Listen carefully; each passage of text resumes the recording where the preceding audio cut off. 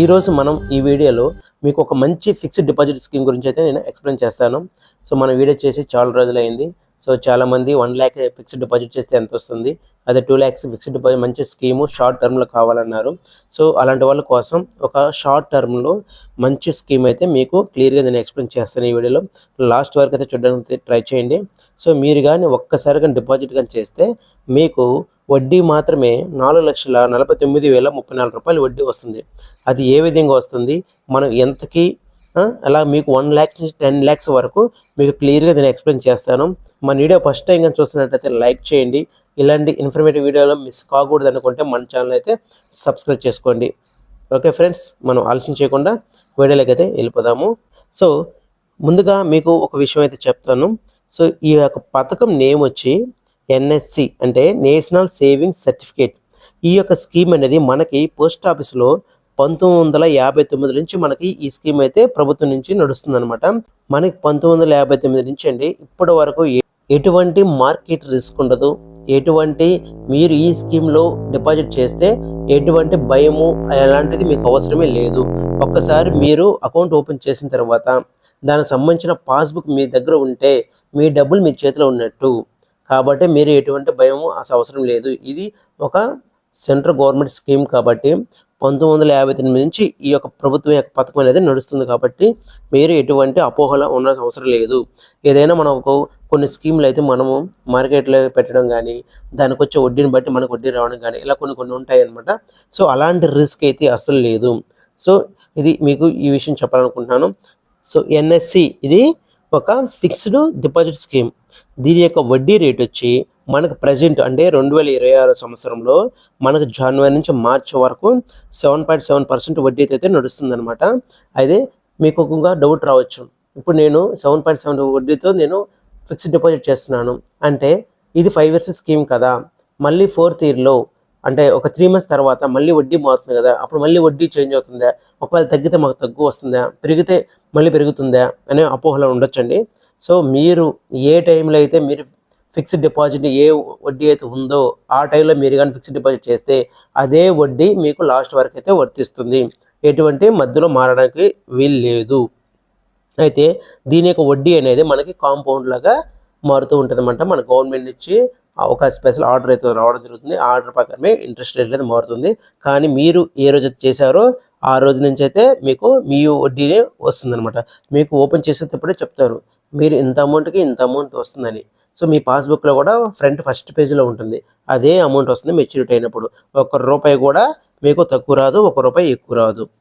So next ఈ స్కీమ్లో మనం ఇన్వెస్ట్మెంట్ చేస్తే 1.5 lakhs వరకు సెక్షన్ 80C కింద ఇన్కమ్ ట్యాక్స్ అనేది మనం సేవ్ చేసుకోవచ్చు అనమాట. నెక్స్ట్ టీడీఎస్ కూడా మనకి ఒకవేళ టీడీఎస్ అనేది మనకి వడ్డీ అనేది 50,000 కన్నా ఎక్కువ వస్తే టీడీఎస్ అనేది కట్ అవుతుంది. కానీ మీరు ఈ స్కీమ్కి ఫామ్ 15G కానీ 15H కానీ సబ్మిట్ చేస్తే మీకు ఆ ట్యాక్స్ కూడా మీకు టీడీఎస్ అనేది కూడా కట్ అవ్వదు. ఇదండి మనకి ఈ ఎన్ఎస్సికి సంబంధించిన మెయిన్ మీకు పాయింట్స్ అయితే నేను కీ పాయింట్స్ అయితే చెప్పాను. ఇప్పుడు మనం 1 lakh అయితే ఎంత వస్తుంది, 2 lakh ఎలా వస్తుంది, అదేవిధంగా 10 lakhsకి ఎంత వస్తుంది. సో దీని తర్వాత దీనికి ఎవరు అర్హులు, దీనికి డిపాజిట్ ఏంటి, మెచ్యూరిటీ పీరియడ్ ఎప్పుడు, ప్రీమియం క్లోజ్ ఎప్పుడు చేసుకోవాలి, ఇలా చాలా డౌట్స్ అయితే మీకు ఉంటాయి. అవన్నీ మనం స్టెప్ బై స్టెప్ క్లియర్గా తెలుసుకుందాము. సో ఫస్ట్ మనము ఎంత వేస్తే ఎంత వడ్డీ వస్తుంది చూద్దాము. దాని తర్వాత దానికి సంబంధించిన కండిషన్స్ అయితే మనం తెలుసుకుందాము. సపోజ్ మీరు 1 lakh కానీ డిపాజిట్ కానీ చేస్తే 1 lakh కానీ డిపాజిట్ చేస్తే 5 yearsకి 44,903 రూపాయలు వస్తుంది. అంటే 1,44,903. నెక్స్ట్ 2 lakhsకి వచ్చి 89,807. సో ఈ విధంగా 1 lakh నుంచి మీకు 10 lakhs దాకా ఇప్పుడు నేను స్క్రీన్లో చూపిస్తున్నాను కదా, ఈ విధంగా మీకైతే వడ్డీ రావడం జరుగుతుంది. 10 lakhs అనుకోండి, సపోజ్ 10 lakhsకి ఎంత వస్తుంది, 4,49,035 రూపాయలు. నేను చెప్పాను కదా ఇందాక ఎంతో ఒకేసారి మనం ఫిక్స్డ్ డిపాజిట్ చేస్తే 10 lakhs కానీ డిపాజిట్ చేస్తే 4,49,035 రూపాయలు అయితే వడ్డీ రావడం జరుగుతుంది అనమాట. ఇప్పుడు నేను చెప్పాను కదా, ఈ వీడియో చూసిన తర్వాత మీరు ఎవరైతే మార్చి 31st లోపల ఎవరైతే ఫిక్స్డ్ డిపాజిట్ చేస్తారో వాళ్ళకి ఈ అమౌంట్ అయితే పక్కా రావడం జరుగుతుంది. ఎటువంటి ₹1 పెరగడం కానీ ₹1 తగ్గడం కానీ జరగదు. సో ఈ విధంగా మీరు ఫిక్స్డ్ డిపాజిట్ చేసుకోవచ్చు. ఇప్పుడు నేను చూపించిన కదా ఈ స్క్రీన్ షాట్ కూడా మీరు తీసుకోండి. 1 lakh ఎంత వస్తుంది, 2 lakh ఎంత వస్తుంది, 3 lakhs ఎంత వస్తుంది, 5 lakhs ఎంత వస్తుంది, 10 lakhs ఎంత వస్తుంది. సో మీరు ఎంతైనా ఫిక్స్డ్ డిపాజిట్ అయితే చేసుకోవచ్చు. సపోజ్ ఫర్ ఎగ్జాంపుల్ 10 lakhs వరకు చూపించాను. ఈ విధంగా మనకి వడ్డీ అనేది రావడం జరుగుతుంది. అయితే ఇప్పుడు ఎవరు అప్లై చేసుకోవాలి, ఎంత డిపాజిట్ ఏంటి, దీనికి సంబంధించిన రూల్స్ మనం ఇప్పుడు క్లియర్గా తెలుసుకుందాము. ఫస్ట్ అసలు ఈ స్కీమ్కి ఎవరు ఎలిజిబిలిటీ అంటే, సో సింగిల్ పర్సన్ మీద ఒక అకౌంట్ అయితే మనం ఓపెన్ చేసుకోవచ్చు. మైనర్ పేరు మీద కూడా ఓపెన్ చేసుకోవచ్చు. విత్ గార్డియన్తో ఓపెన్ చేసుకోవచ్చు.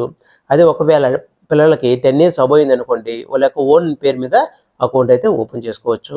అదేవిధంగా జాయింట్ అకౌంట్ కూడా చేసుకోవచ్చు. అప్ టు 3 adults అంటే 3 వ్యక్తుల వరకు మనం అయితే జాయింట్ అకౌంట్ అయితే ఓపెన్ చేసుకోవచ్చు. అయితే మీకు ఇంకో డౌట్ రావచ్చు, దీని మీద మీకు ఒకే అకౌంట్ ఓపెన్ చేయాలా లేదా నెంబర్ ఆఫ్ అకౌంట్ ఓపెన్ చేయాలా? నెంబర్ ఆఫ్ అకౌంట్ ఓపెన్ చేసుకోవచ్చు అండి. మన దగ్గర డబ్బులు ఉంటే, సపోజ్ ఇప్పుడు నా దగ్గర 2 lakhs ఉంది, నేను ఫిక్స్డ్ డిపాజిట్ చేశాను. సో నెక్స్ట్ బిజినెస్లో కావచ్చు, ఏదైనా వ్యవసాయంలో కావచ్చు, ఒక 3 lakhs వచ్చిందంటే మళ్ళీ మీరు 3 lakhs మీద ఇంకొక అకౌంట్ కూడా మీరు ఓపెన్ చేసుకోవచ్చు. Next deposit. సో ఇందులో మనము ఎంటర్ అవ్వాలంటే మినిమం డిపాజిట్ ఎంత చేయాలి? మినిమం అంటే 1000 రూపాయలతో మనం స్టార్ట్ చేసుకోవచ్చు. మ్యాక్సిమం వచ్చి నో లిమిట్, మీరు ఎంతైనా వేసుకోవచ్చు. అయితే 10 lakhs పైన తర్వాత దీనికి సంబంధించిన కొన్ని ప్రూఫ్స్ అయితే మనం చూపించాలి, అమౌంట్ ఎలా వచ్చిందని.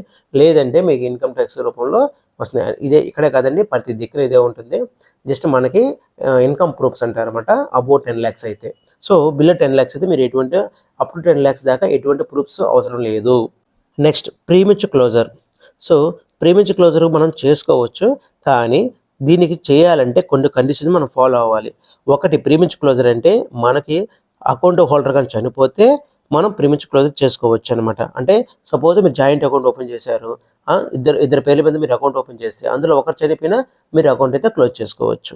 లేదా మీరు ఏదైనా ప్రాబ్లం ఉంది, ఏదైనా ట్రెత్ ఉంది, ఏదైనా ఇబ్బంది ఉన్నప్పుడు మీరు కోర్టు ఆర్డర్ ద్వారా తీసుకొని అకౌంట్ అయితే మీరు క్లోజ్ చేసుకోవచ్చు అనమాట. సో ఈ విధంగా మీరు ప్రీమెచ్యూర్ క్లోజర్ చేసుకోవచ్చు. మెచ్యూరిటీ అయితే ఆఫ్టర్ 5 years తర్వాత మనం మెచ్యూరిటీ అయితే చేసుకోవచ్చు.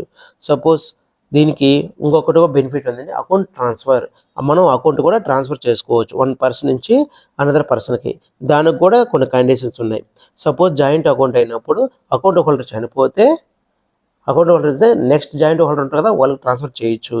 లేదా అకౌంట్ ఒకే అకౌంట్ ఉంది అంటే ఒక పర్సన్ మీద అకౌంట్ ఓపెన్ చేశారు, అప్పుడు అతను చనిపోయాడు, చనిపోతే నామినీ పేరు మీద కూడా మనం అకౌంట్ ట్రాన్స్ఫర్ చేయొచ్చు. లేదా లీగల్ హెయిర్ మీద కూడా మనం నోటీస్ బై కోర్ట్ ఆర్డర్ ద్వారా మనం అకౌంట్ అనేది ట్రాన్స్ఫర్ చేసుకోవచ్చు అనమాట. అదేవిధంగా ఈ అకౌంట్ని కొన్ని ప్లెడ్జ్ చేసుకోవచ్చు అండి. కొన్ని ఇన్స్టిట్యూట్ కానీ కొన్ని కంపెనీస్ కానీ ఉంటాయి కదా, సో వాటి మీద కూడా ఈ యొక్క అకౌంట్ అనేది మనం ప్లెడ్జ్ చేసుకోవచ్చు అనమాట. సో ఈ విధంగా మనం అకౌంట్ అయితే ట్రాన్స్ఫర్ చేసుకోవచ్చు. సో మ్యాక్సిమం దీనికైతే మీరు ఈ అకౌంట్ కానీ ఓపెన్ చేసుకుంటే మ్యాక్సిమం 5 years ఫిక్స్డ్ అనుకోండి, మధ్యలో తీసుకోవడానికి అవకాశం లేదు. సో ఈ కండిషన్లో మనం తీసుకోలేం, మీకు ఉన్న వాస్తవం చెప్పేస్తాను, ఇలాంటి కండిషన్లో మనం తీసుకోలేం. కాబట్టి మీరు ఈ స్కీమ్లో కానీ ఇన్వెస్ట్మెంట్ చేయాలనుకుంటే పక్కాగా 5 years అనమాట. 5 years అంటే చాలా చాలా షార్ట్ పీరియడ్ అనమాట. సో వడ్డీ రేటు కూడా చాలా ఎక్కువ ఉంటుంది. మీలో ఎవరికైనా ఫిక్స్డ్ డిపాజిట్ షార్ట్ టర్మ్ పిల్లల పేరు మీద కానీ లేదా పెద్దోళ్ళ పేరు మీద కానీ రిటైర్డ్ అయిపోయినా కానీ ఇట్లా, దీనికి ఇంకొకటి ఏంటంటే ఏజ్ లిమిట్ అయితే ఉండదు అనమాట. సో ఎవరైనా ఇన్వెస్ట్మెంట్ చేసుకోవచ్చు. మనకి ఇప్పుడు అంతా అవసరం లేదు, పిల్లలకు చదువులకు అవసరము. 5 years ఉన్నప్పుడు మీరు కానీ ఫిక్స్డ్ డిపాజిట్ చేస్తే వాళ్ళు 10 years రాగానే ఒక పెద్ద అమౌంట్ అయితే రావడం జరుగుతుంది. ఇప్పుడు 10 లక్షలు వేశారు, ఓ 4,49,000, ఇంచుమించు 4,50,000 అంటే 14,49,000 వరకు వడ్డీ అయితే రావడం జరుగుతుంది. సో మీకు సేఫ్ అండ్ సెక్యూరిటీ కదా, మీరు ఆలోచించాల్సింది అది. సో కొంతమంది అయితే నేను చూడడము కామెంట్లో కూడా చూశానండి, చాలామంది మ్యూచువల్ ఫండ్స్ బయటకు వచ్చిన వడ్డీతో కంపేర్ చేస్తారు. దయచేసి మీరు గవర్నమెంట్ స్కీముల్ని మ్యూచువల్ ఫండ్స్తో పక్కన ఇంట్లో వాళ్ళు వడ్డీకు వాటితో కంపేర్ చేయొద్దు దయచేసి. వడ్డీకి ఇస్తే తిరిగి రాదు, ఒకవేళ ఇస్తే సేఫ్ హ్యాపీగా ఉండొచ్చు. అది వాళ్ళు వడ్డీ కాదు కదా, అసలే కానీ ఎగ్గొట్టారనుకోండి మొత్తానికి ఎగనామం పెట్టేస్తారనమాట. సో దాంతో మనం పోల్చకూడదు. ఇది మీరు గవర్నమెంట్లో అక్కడ పనిచేసి మీరు అకౌంట్ ఓపెన్ చేసినప్పుడు అక్కడ పోస్ట్ మాస్టర్ ఉన్నా లేకపోయినా ఏం జరిగినా సరే మీ డబ్బులు మీకు వస్తుంది. మీరు ఉన్నా లేకపోయినా మీ ఇంట్లో వాళ్ళకైనా ఈ డబ్బులు రావడం జరుగుతుంది. సో ఇలాంటి స్కీమ్ కదా మనము అప్లై చేసుకోవాల్సింది. ఏదో కొంత ఎక్కువ డబ్బులు, ఒకటే గుర్తుపెట్టుకోండి, మీకు ఎక్కడైతే మనం అనుకున్న దానికన్నా డబుల్ వస్తుందో ఎక్కువ వస్తుందో అక్కడ అంతే రిస్క్ ఉంటుంది. మనకు రావాల్సిన దానికన్నా ఎక్కువ ఆశించితే అది అక్కడ అంతే రిస్క్ ఉంటుంది. సపోజ్ మనకు ఒకవేళ వచ్చిందంటే హ్యాపీ, ఒకవేళ రాకపోతే రిస్క్ ఉంటుంది. కానీ గవర్నమెంట్ స్కీమ్ అట్లా కాదు, మీకు ఈ రోజు ఎంతైతే వస్తుందని చెప్తాం ఆ రోజు కూడా అంతే వస్తుంది. కాబట్టి ఇలాంటి స్కీమ్స్ అస్సలు మిస్ అవ్వద్దు, గవర్నమెంట్ స్కీమ్స్ అస్సలు మిస్ అవ్వద్దు. ఎవరైనా ఇన్వెస్ట్మెంట్ చేయాలనుకుంటే మీ దగ్గర ఉన్న పోస్ట్ ఆఫీస్కి వెళ్ళి ఇన్వెస్ట్మెంట్ చేసుకోండి. ఇది చాలా చాలా మంచి స్కీము. ఇలాంటి మంచి మంచి ఇన్ఫర్మేటివ్ వీడియోలు మీకు మిస్ కాకూడదు అనుకుంటే మన ఛానల్ లైక్ చేసి షేర్ చేసి సబ్స్క్రైబ్ చేసుకోండి. పక్కన ఉన్న బెల్ ఐకాన్ మీద క్లిక్ చేసి. Okay friends, thank you for watching this video.